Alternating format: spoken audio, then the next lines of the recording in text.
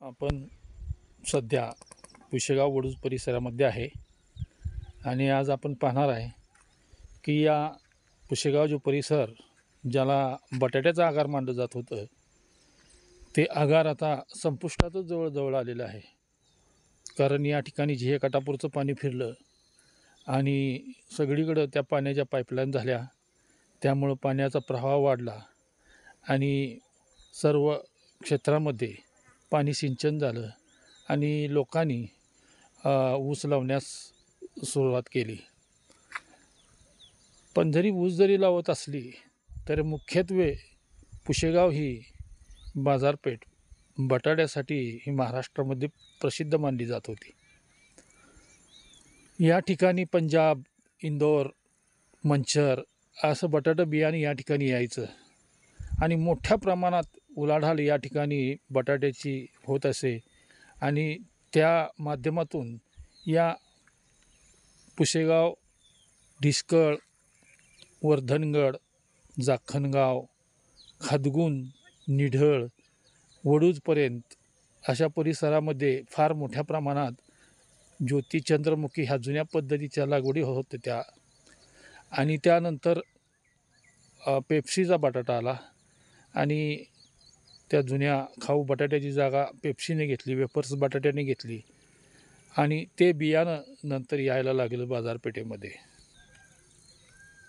ते बियाणं येत असताना काही ठराविक कालावधीपर्यंत त्या बियाण्याच्या उत्पन्नाला त्या बियाण्याच्या लागणीला चांगल्या पद्धतीनं उत्पन्न निघत होतं आणि ते शेतकऱ्याला परवडत होतं.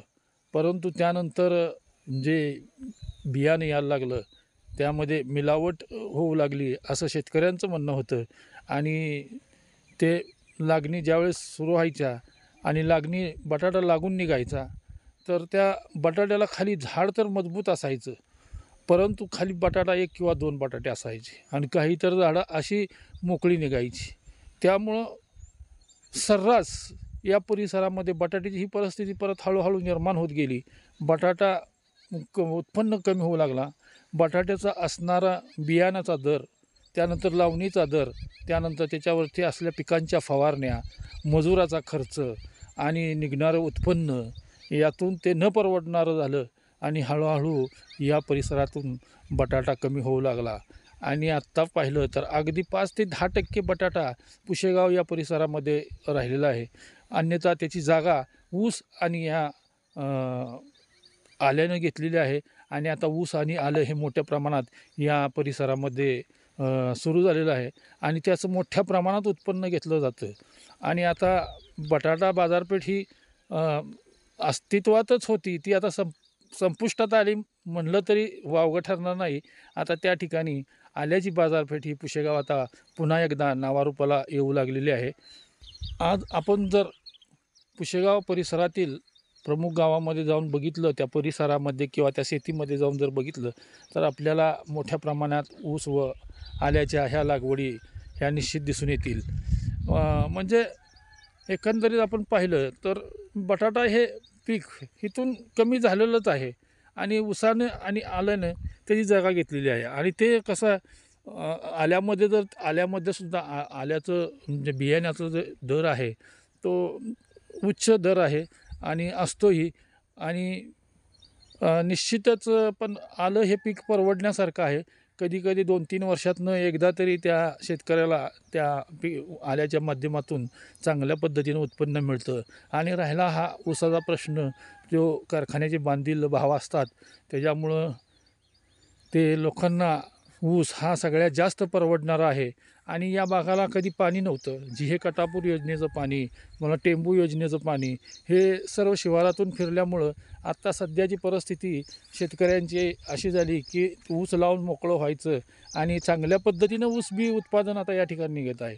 त्यामुळं शेतकऱ्याला ती परवडणारी बाब झालेली आहे. त्यामुळं ऊसाच्या उत्पन्नात भरमसाठ मोठ्या प्रमाणात पुशेगाव परिसरामध्ये वाढ झालेली आहे. म्हणजे थोडक्यात कृष्णाकाठ जसा व्हावा तसा आमचा हे पुशेगाव परिसर, वडूज परिसर किंवा अन्य इतर परिसरामध्ये चांगल्या प्रकारे ऊस हा पिकवला जाऊ लागला आहे. आणि आणि या पिकापासून चांगल्या प्रकारे उत्पन्न हे शेतकऱ्याला मिळत असल्याने शेतकरी थोडा सुखावह झाला आहे. नाहीतर वारंवार खटाव मान म्हणलं की दुष्काळी परिस्थिती असायची. घेवडासारखी घेवडा किंवा बाजरी, ज्वारी अशी पिकं ही जी मोसमी पिकं व्हायची आणि त्या पिकाच्या माध्यमातून जे उत्पन्न मिळत होतं ते उत्पन्न आता बागायती उत्पन्नामध्ये सामील झालेलं आहे थोडक्यात. आणि आता त्याचा फायदा चांगल्या पद्धतीनं जरा शेतकऱ्यांना होत आहेत. पण ज्यावेळेस शेतकऱ्यांकडं पिकतं त्यावेळेस त्या मालाला दर नसतो, अशी अवस्था होऊन बसली आहे. आता पाहिलं तर आत्ता जी मोकळी जिथं जिरायत परिसर आहे किंवा थोडा बहुत बागायत परिसरामध्ये बी सोयाबीन किंवा घेवडा याची बी लागवड चांगल्या पद्धतीने केली जाते. पण गेल्या 2-3 वर्षापासून सोयाबीनलासुद्धा दर नाही. त्यामुळं लोक फार वैतागून गेलेले आहेत की पीक करायचं कुठलं हा प्रश्न शेतकऱ्यासमोर पडलेला असतो. एखादं पीक घेतलं तर सगळे तेच पीक घेतलं जातं आणि मग त्याचं उत्पन्न भरमसाठ होतं आणि दर गडगडले जातात. तसंच सोयाबीनची अवस्था या परिसरामध्ये गेल्या 2 वर्षापासून अशाच पद्धतीनं झालेली आहे. परंतु बुडत्याला काडीचा आधार या पद्धतीने हा शेतीचा व्यवसाय आता झालेला आहे की त्यातून जास्त उत्पन्न मिळेल असं निश्चितच नाही. परंतु एक 2-3 वर्षातून नाही म्हणलं तरी आल्याच्या पिकामध्ये 100% म्हणजे अगदी निश्चितच त्या शेतकऱ्याला फायदा होतो. पण त्यासाठी त्यांना वेळ घ्यावा लागतो.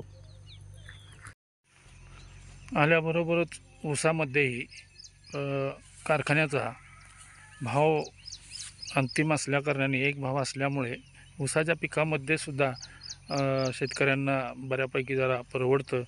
त्याचप्रमाणे सोयाबीन असो, गहू असो, ज्वारी असो ह्या पिकामध्ये थोड्याफार का प्रमाणात शेतकऱ्यांना एक हातभार लागतो. आणि अशा प्रकारे या शेतकऱ्यांचे या पिकाच्या बाबतीमध्ये असे उत्पन्नाचे स्तर किंवा दर असे मिळत असतात. आणि बऱ्याचशा भागामध्ये ज्यावेळेस पावसाचं प्रमाण कमी जास्त प्रमाणात होतं किंवा त्या ठिकाणी पिकं जातात येतात त्यावेळेस दर चढतात उतरतात आणि त्यामध्ये शेतकऱ्यांचा कधीकधी फायदा होतो. ह्या तर सांगायचं एक की ह्या परिसरामध्ये बटाट्यासारखं एक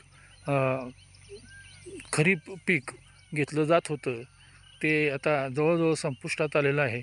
आणि त्या ठिकाणी निश्चितच आल्यानं ही जागा घेऊन आल्याची व्यापारपेठ ही पुशेगाव आता निश्चित स्वरूपात झालेली आहे. आणि याचं लागण या परिसरामध्ये जास्त प्रमाणात होत असते. त्याचं उत्पन्नही चांगल्या पद्धतीनं शेतकरी वर्ग काढत असतो आणि त्याचा फायदा शेतकऱ्यांना बऱ्याच अंशी होतो. तर हे मी आपल्यापुढं या शेतकऱ्यांची व्यथा किंवा ह्या परिसरातील असणारा बटाटा किंवा या परिसरातील असणारी पिकं ही आपल्यासमोर कशा पद्धतीनं आहेत आणि शेतकऱ्याला त्याचा किती फायदा होतो हे मांडण्याचा प्रयत्न केला. आणि ते आपल्यासमोर थोडक्या शब्दामध्ये आणि तुटकंमुटकंच म्हणावं लागेल असं जे मांडलेलं आहे. तर हे आपलं मी आताही जे सांगितलं आहे हे निश्चितच त्या पद्धतीनंच आहे आणि हे मला योग्य वाटतं आहे असं मी आपल्याला सांगू इच्छितो. तर हे मी आपलं हे थोडकं जे माझा अनुभव आता हे संपवतो. जय हिंद, जय महाराष्ट्र.